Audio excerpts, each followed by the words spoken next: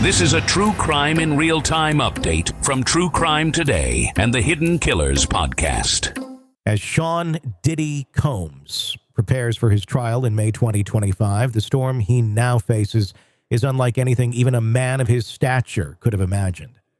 What began as a single lawsuit from Cassie Ventura has evolved into a seismic shift in his world, shaking the foundations of his empire and the legacy he spent decades building. But as the legal battles mount, one question still echoes through the narrative. Could it all have been avoided if Combs had simply chosen to settle? The deluge of allegations that followed Cassie's lawsuit painted a chilling portrait of Combs as a predator operating in plain sight.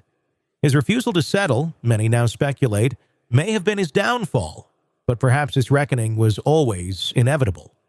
Would silencing one voice have quieted the others, or merely delayed their rise? The truth, as it so often does, likely lies somewhere in between. Cassie's courage to come forward, her willingness to weather the storm of public scrutiny, ignited a movement that may have happened with or without a settlement. Meanwhile, the leaked footage of Combs' violent attack on Cassie in 2016 remains a pivotal piece of evidence in both the court of law and public opinion. His apology for the incident, though direct and seemingly remorseful, did little to quell the outrage. Instead, it further fueled the perception of a man who, despite his immense power and wealth, could no longer control the narrative surrounding his life. The legal stakes are high. Combs now faces not only Cassie's civil lawsuit, but also serious criminal charges, including sex trafficking and racketeering. Prosecutors have argued that his influence and resources make him a significant threat to victims, and his repeated denials of bail underscore the gravity of the accusations against him. As his May trial date looms, it seems inevitable that more voices will emerge, each adding another layer to the complex and damning portrait of his alleged actions. For Cassie and the other accusers, this case represents more than just legal justice. It's about dismantling the structures of power and fear that allowed such alleged abuses to persist for so long. For Combs, it's a fight not just for his freedom, but for what remains of his public image. And for the public, it's a lesson in how even the most carefully constructed legacies can crumble under the weight of accountability. As this story continues to unfold, one thing is certain. The era of silence is over. What comes next may not just reshape Sean Diddy Combs' life, but could also have ripple effects throughout the entertainment industry, challenging the untouchable image of power many figures have enjoyed for decades. And that's all for now. We'll keep digging and getting you the facts. Thanks for listening. Be sure to press subscribe so you don't miss any of our updates. What if Sean Diddy Combs had made a different choice? What if, when Cassie Ventura approached him quietly, offering the chance to resolve her allegations before they became public, he had agreed to settle? Would the storm of accusations that now threatens to dismantle his legacy have been avoided?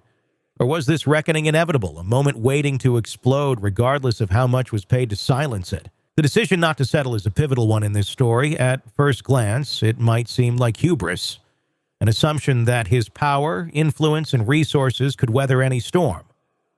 But perhaps it was more complicated. For someone like Combs, whose empire is built not just on music, but on an image of dominance, control, and success, admitting any wrongdoing, even in private, could be seen as a fatal crack in his carefully crafted persona. Maybe it wasn't just a refusal to pay Cassie, but a refusal to acknowledge that the accusations once aired could have lasting consequences.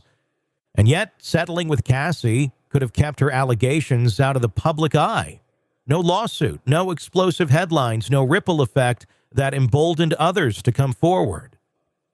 In that scenario, Cassie's story might have remained a whispered secret buried under a non-disclosure agreement and a hefty payout. But would it have stopped the flood entirely? Or would it have simply delayed it, creating a false sense of security that would eventually crumble under the weight of the truth?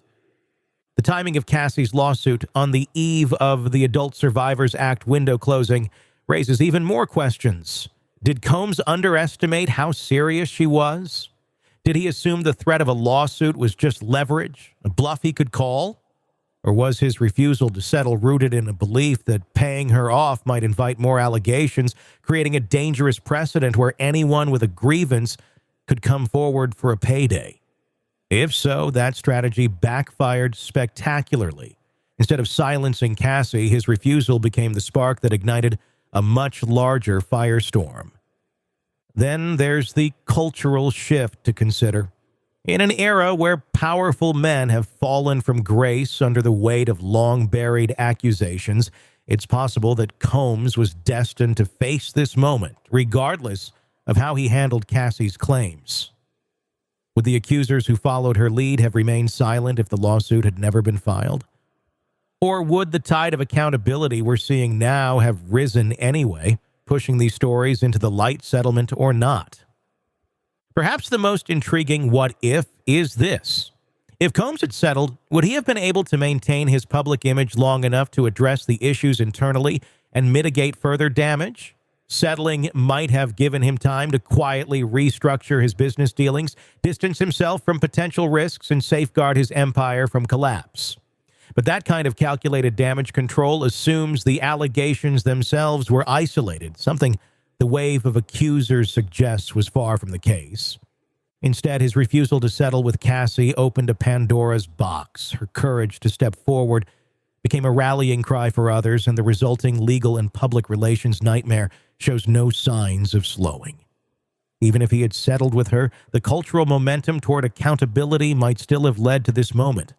In many ways, it's not just about Combs' decision, but about the power of one voice breaking the silence. A shift that no amount of money could have stopped. The what-ifs in this case are endless and tantalizing. Would a settlement have delayed the fallout? Would it have kept others silent, sparing him the public dismantling of his reputation? Or would it have merely postponed a reckoning that was always inevitable in a world that's increasingly unwilling to look the other way? That's all for now. We'll keep digging and getting you the facts. Thanks for listening. Be sure to press subscribe so you don't miss any of our updates.